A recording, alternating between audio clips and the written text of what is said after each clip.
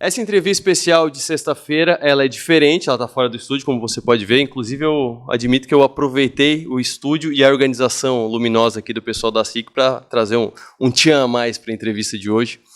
E a entrevista de hoje é da Expo Mais. Hoje é terça-feira, eu estou gravando aqui, são 4h18 da tarde, porque foi o momento que eu consegui parar um pouco aqui com uma das estrelas da 8ª edição da Expo Mais, que é o Alexandre Pelais.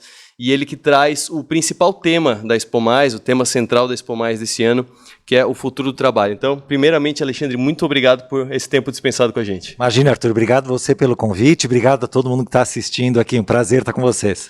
Quando a gente fala do futuro do trabalho, a gente pensava muito, e eu tenho 38 anos, então eu cresci assistindo os Jetsons. Era isso que a gente pensava que era o futuro do trabalho, eram robôs trabalhando para a gente, era tudo automatizado. Algumas coisas acertaram, que é o chefe, de repente, aparecer numa tela na tua casa te cobrando alguma coisa, o Sr. Spacely. Mas quanto mais a gente fala da discussão do trabalho, a gente está entrando em questões muito mais humanas, né? E eu queria ouvir isso de ti. Eu vi aqui várias entrevistas que já fizeram contigo, que a inteligência artificial e tal, ok, mas até na inteligência artificial eu tenho visto muita questão humana sendo tratada. Como é que tu vê isso? Acho que é exatamente isso. Quanto mais tecnologia a gente aplica no mundo do trabalho, mais a gente começa a enxergar que o ponto final, onde começa a funilar, é na humanização das relações e na humanização das conexões no mundo do trabalho. Acho que tem duas discussões centrais para a gente observar quando falamos sobre o trabalho ou o futuro do trabalho. É que existem as relações de trabalho, que é o ambiente externo, é a lógica do sistema, né? O sistema, sim, organizações, pessoas, o mundo do emprego. E existem a relação com o trabalho, que é a nossa relação com a atividade produtiva. Eu preciso olhar para as duas. Eu acho que o filme dos Jetson, ele sempre olhava para a primeira. Sim, exato. Então a gente sempre olhava o mundo do trabalho para o futuro como uma discussão sobre as relações de trabalho. O que é mudar, o que é automatizar, o que é acelerar. E a gente descobriu que no meio do caminho havia uma ruptura de significado do trabalho que demandava a nossa pausa para falar, peraí, quem sou eu dentro desse lugar? Então a gente começa a enxergar que os questionamentos e as relações, as dúvidas, as discussões, elas são mais profundas do que a gente imaginava. Então existe sim, sem dúvida, um momento de humanização das relações, ou pelo menos da discussão da humanização das relações, que surpreende algumas pessoas que ainda estavam olhando um pouco mais para a parte técnica e de produção em massa. Tem uma frase super antiga, que quando um não quer, dois não brigam. Então, quando a gente entra em conflito entre líderes, chefes, gerentes e colaboradores, funcionários, aí até os termos foram mudando, né? Se fala muitas vezes da culpa estar na liderança. É a liderança que tem que evoluir, é a liderança que tem que se acostumar com esses novos tempos e tal. Mas, falando sério, qual que é a culpa do outro lado? Não pode ser não pode ser o todo limpinho, né? Não, tá maravilhoso. A sua pergunta é precisa, porque é exatamente isso. A história do mundo do trabalho, ela é marcada pela exploração unilateral, ao menos esse é o discurso, tá? A exploração unilateral, chefe desgraçado, funcionário pobrezinho, e a reclamação unilateral no sentido oposto. Né? Então, o funcionário reclamando que o chefe em cima era ruim, o chefe em cima reclamando que o funcionário era ruim. Na hora que a gente começa a olhar a fundo, a gente sabe que ser humano é ser humano, e a sua complexidade é gigantesca. Né? Todos nós já trabalhamos com algum chefe que realmente não era uma maravilha, mas também a gente já teve um coleguinha folgado. Né? Já teve alguém que largou nas suas costas, teve alguém que fez birra porque foi contrariado. Então, na verdade, a dor do mundo do trabalho, o sofrimento, a qualidade da experiência do mundo do trabalho, ela não é causada pela liderança, ela não é causada só pelas estruturas organizacionais. Ela é causada pelas decisões de seres humanos dentro dessa estrutura. E eles estão espalhados em todo lugar. Sem dúvida, a liderança tem mais poder, portanto, concentra mais decisões, terá mais influência, vai ter decisões em algumas coisas mais marcantes, como salário, horário. Então, algumas coisas que as pessoas olham com mais ênfase. Mas, no fundo, todo mundo está um pouco perdido no mundo do trabalho, todo mundo tem uma corresponsabilização com relação à experiência que a gente tem lá dentro. E ainda nessa linha, outra comparação com o passado. Antigamente era comum a pessoa entra numa empresa e fica lá. Então, assim, meu avô foi gerente do Banco do Brasil, se aposentou pelo Banco do Brasil. O filho dele também, outro filho dele, ficou anos, depois saiu. Tem um tio do meu sogro, que é o funcionário mais antigo do Nadir Figueiredo, fábrica de copos. Sim. Então, assim, e hoje em dia a gente ouve falar da tal da gig economy. E hoje mesmo eu estava falando com a Fabíola Martins, que também palestrou aqui, e ela me falou que a nova geração tem uma média de 2 anos de permanência numa empresa. Isso é muito menos do que uma vida toda. Sim, né? A não ser que você seja um animal de pequeno porte, mas para o ser humano é muito menos que uma vida toda. Então, assim, qual que é o impacto disso? E isso é algo que já aconteceria normalmente ou é algo que deu errado na relação entre as duas partes? Eu acho que, na verdade, esse é um fenômeno transitório, tá? Eu acho que as pessoas estão impacientes com relação a permanecer durante um período maior em determinados relacionamentos. Isso não acontece só com o trabalho, né? Então, vamos pegar e deixar bem claro que o trabalho é uma relação. Sim. Portanto, ele tem um fio que nos conecta e você tem um pedaço de responsabilidade e eu tenho um outro pedaço. Claro que não faz sentido hoje realmente a gente imaginar que um ser humano vai ficar 30, 40, 50 anos dentro da mesma organização fazendo algo muito parecido com o que fazia. Sim. Porque tem gente que fala, eu trabalho 20 anos na mesma organização, mas mudou 20 vezes de posição, ela teve quase 20 histórias diferentes, tá tudo bem. Exato. Como a gente, olhando de fora, de alguma maneira começou a classificar isso como antiquado, como estacionário, como algo que não valia a pena, as pessoas começaram a ser contrárias a isso. Sim. Independente da qualidade daquela experiência, porque há experiências que são muito positivas permanecendo muito tempo. Então a pessoa fica 3 anos numa empresa, já começa, eu preciso sair daqui porque acho que não estou me desenvolvendo. E às vezes ela vai para outro emprego, em outra empresa, fazendo a mesma coisa que ela fazia lá. E talvez ela tivesse a oportunidade lá de mudar. Então existe uma falsa sensação de que eu tenho que mudar para estar me desenvolvendo. Isso é realidade desde que essa mudança seja uma mudança interna. Ponto de vista, ação efetiva, não é cenário que muda. Você pode mudar o cenário e ser exatamente a mesma pessoa. Assim como você pode estar no mesmo cenário e se tornar completamente outra pessoa. Então eu acho que a gente está num movimento transitório em que as pessoas estão um pouco chilicadas de não querer ficar num determinado lugar.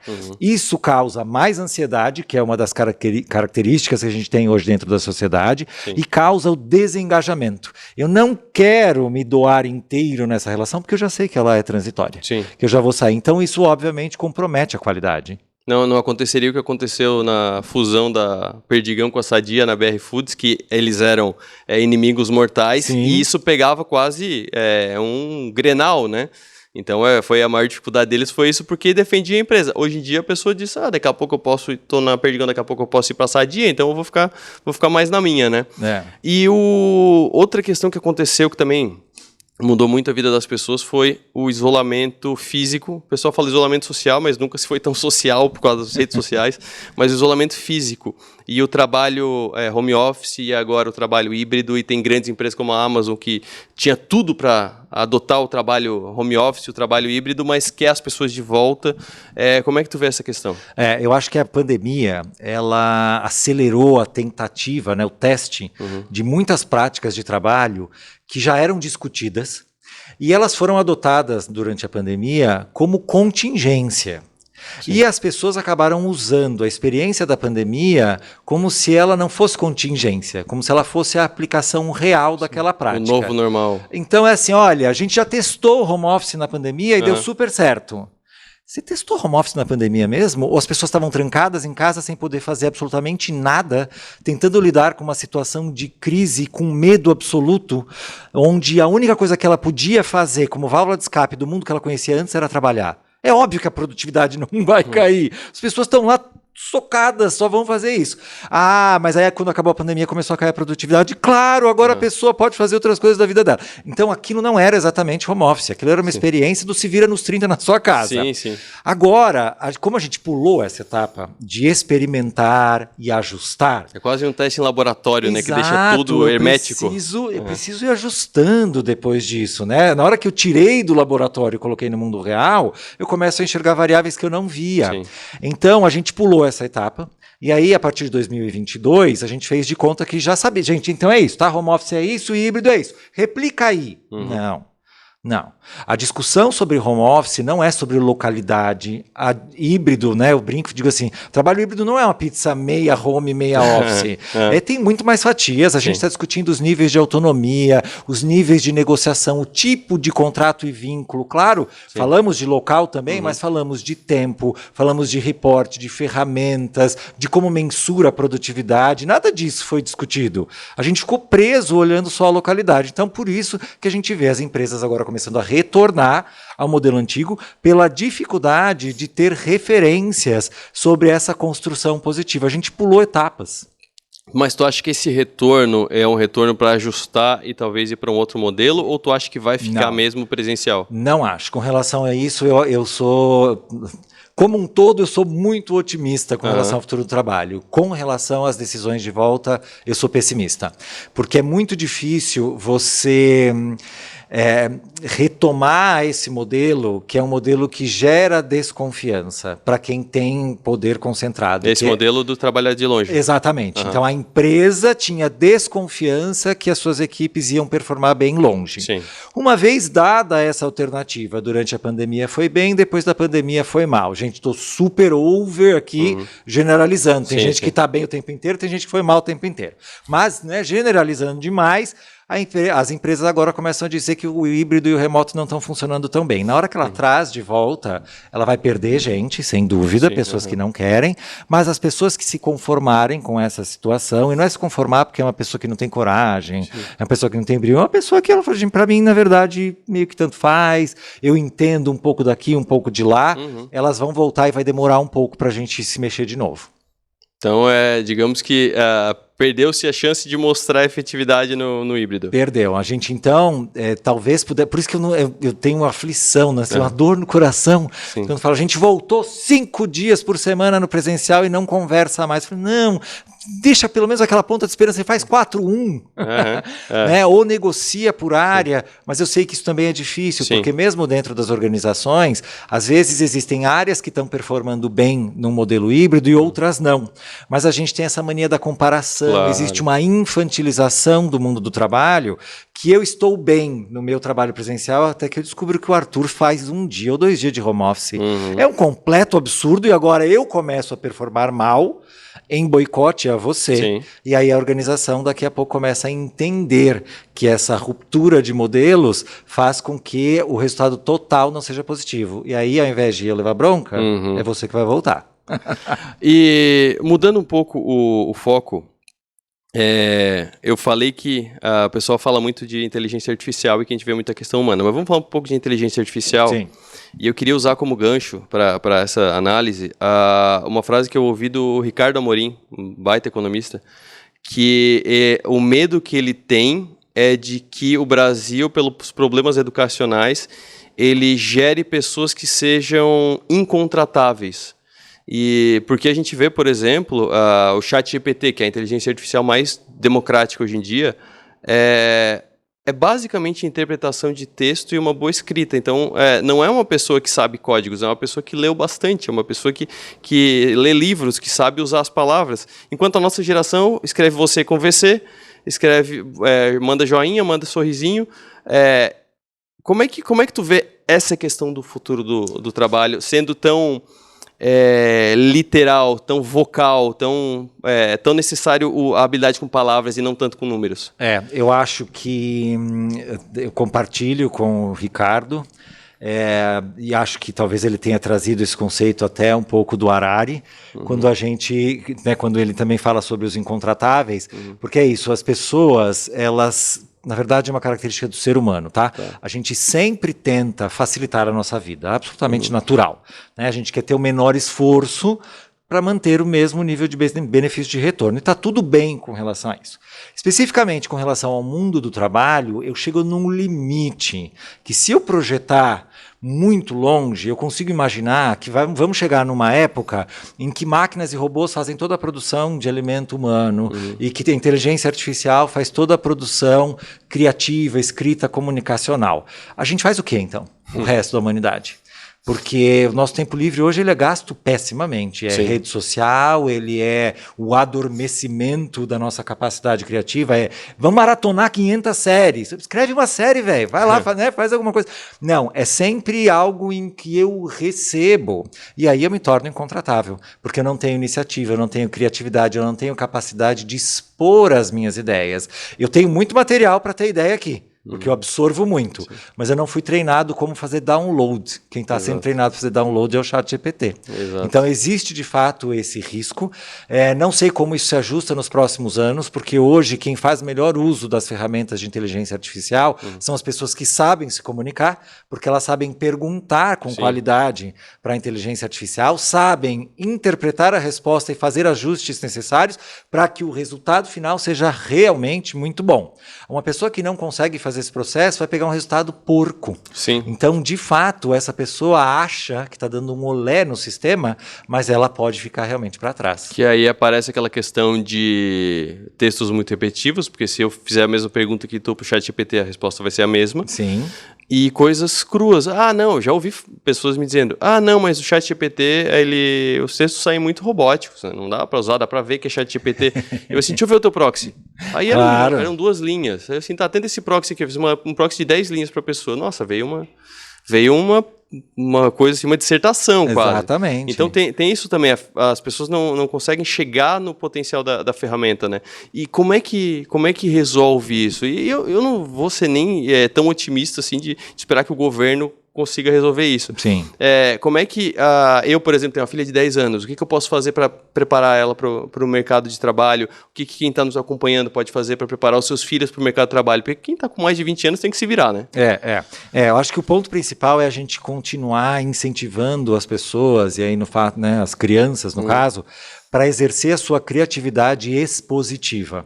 Como é que eu exponho o que eu estou pensando? Então, envolver essas pessoas em arte. Não precisa ser uma arte complexa, não. A arte é o desenho, a arte é a escrita, a arte é o poema, a arte é a leitura, para que a gente possa conseguir comunicar melhor o que a gente está vendo no mundo de dentro, porque o mundo que eu vejo ele é diferente do mundo que você vê. Mas se a gente não conversar sobre ele, você nunca vai conhecer o meu mundo, eu nunca vou conhecer o seu. Né? E aí a gente perde a oportunidade, de fato, de trazer esses mundos para o mundo.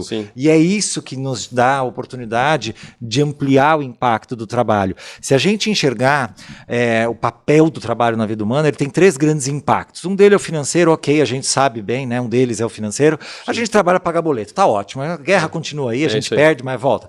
Mas tem outros 2 impactos. Um deles é o social. Que marca a gente e deixa na outra pessoa quando interage com qualidade? Você já foi bem atendido e já foi mal atendido num mesmo lugar por pessoas diferentes. Você sabe como você saiu daquele lugar. E essa marca vai com você mesmo. Você é capaz de chegar em casa pé da vida porque tentou cancelar a sua assinatura de telefonia celular ou chegar feliz porque você teve uma interação diferenciada na caixa do supermercado. Isso muda você. Então esse impacto social é que marca uma pessoa leva a partir das minhas escolhas de ação. Elas são criativas, elas são intencionais. Se for robótico igual ao outro, não acontece. E a terceira, né, o terceiro impacto do trabalho é o psicológico. Quem eu me torno nesse lugar. Então a geração que é repetitiva vai encarar um vazio de significado no mundo do trabalho que hoje já existe em grande parte das gerações mais novas. A gente precisa agora resgatar, né, nas mais jovens ainda, nas crianças, essa habilidade de comunicação, de criatividade, de criar essas novas histórias na troca com outros seres humanos. Então eu acho que nós precisamos muito investir em autoconhecimento para que as pessoas possam conhecer as suas preferências sem tentar impô-las como uma exigência para todo mundo. Eu sei do que eu gosto, mas eu consigo negociar com você um parâmetro médio para nós dois. Também sei o que eu não gosto, então eu sei onde eu vou barrar se a sua preferência me agredir. Isso é muito bom. Eu não preciso aceitar tudo, mas também não preciso impor tudo. E também conseguir colocar essa comunicação mais criativa como forma de expressão. que marca eu quero deixar, que legado eu quero deixar, e quando eu olho para a pessoa que eu imprimo no mundo, eu tenho que ter orgulho de quem eu sou. Para isso eu preciso enxergar aquela pessoa, ela não pode ser genérica. Deixa eu puxar um outro ponto aqui que acabou de me vir na cabeça. Eu sou um exemplo de alguém que estava totalmente indefinido no terceirão e tinha aquela cultura, hoje em dia tem um pouco menos, de emenda na faculdade. Não vai sair do terceirão sem fazer a faculdade. Eu não paguei esse terceirão aqui particular para te não entrar na faculdade na primeira. Mas eu passei de psicologia, engenharia química, quiropraxia, eu pensei, eu tinha uma lista de 6. E eu não quero que a minha filha passe por isso, porque foi angustiante para mim. Eu não sabia. Eu tenho inveja das pessoas que já chegam no primeiro e segundo ano dizendo: eu quero fazer isso, eu quero ser advogado, eu quero ser artista, que seja. Como é que tu vê essa questão da escolha de carreira, que já teve o negócio de tu tem que ser médico, advogado ou engenheiro? Depois foi, que era mais da minha geração, faz o que te faz feliz. Que daí dá uma dúvida absurda, porque a escolha está totalmente minha. Eu não me baseava em salário, eu não me baseava em carga horária, não me baseava em nada, só me baseava no que deve ser legal fazer. Quase um negócio assim, lúdico, né? Como é que tu acha que isso vai acontecer daqui para frente? Os adolescentes vão ter mais capacidade de escolher as suas carreiras, eles vão ter mais tempo para escolher, não vai ter tanta essa pressão. Essa parte do começo do trabalho, como é que vai ser? Acho que essa discussão ela separa primeiro aqui em um nível de privilégio, né? A gente tem um grupo social que tem privilégio para fazer todas essas escolhas e a gente tem um grupo que não tem. Esse grupo que não tem é como se ele tivesse algumas gerações atrás da discussão. Então essa pessoa vai olhar para o futuro do trabalho e vai pensar em carreira, em dinheiro, em possibilidades de movimentação social e está tudo bem. Acho que a grande diferença central para todos envolvidos nessa discussão não é definitivo, gente, não é definitivo. Escolheu errado, dá para trocar, dá para ajustar. Eu sou formado em ciências contábeis, agora com doutorado em psicologia. Você vai ser a colcha de retalhos que você decidir. Eu tenho 3 filhos, eu tenho trigêmeos de 18 anos. Uau. Então, estamos 3 saindo do terceirão. E eles estão lá cravado que eu quero ser isso, eu quero ser isso, eu quero ser isso. Eu fico assim, você vai ter certeza? Porque parece tão certo, assim, mostra um pouquinho mais de dúvida, que não sei se precisa de tanta certeza. Mas, de alguma maneira, na cabeça deles e delas, são 2 meninos e uma menina, existe a ideia de que a coisa certa é parecer que eu tenho essa decisão. Talvez pela própria juventude, a ideia de mostrar que sabe o que está fazendo. Até porque com 18 anos a gente acha que sabe mais que todo mundo. A gente acha que sabe, exato. Então o meu papel como pai, diferente dos meus pais ou de outra geração, você tem 38, eu tenho 50. Então a gente está falando já de uma geração de passagem.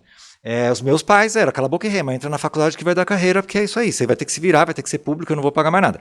Então essa era diferente. Eu já para os meus filhos assim, tá bom, você acha que é isso, vai, faça com disciplina, faça com empenho, mas saiba que tem plano B. Você pode mudar, isso não é para a sua vida inteira. Eu mesmo sou o exemplo para vocês. Então isso de alguma forma pode diminuir a ansiedade, mas não pode passar aquela ideia de que muda quando quiser.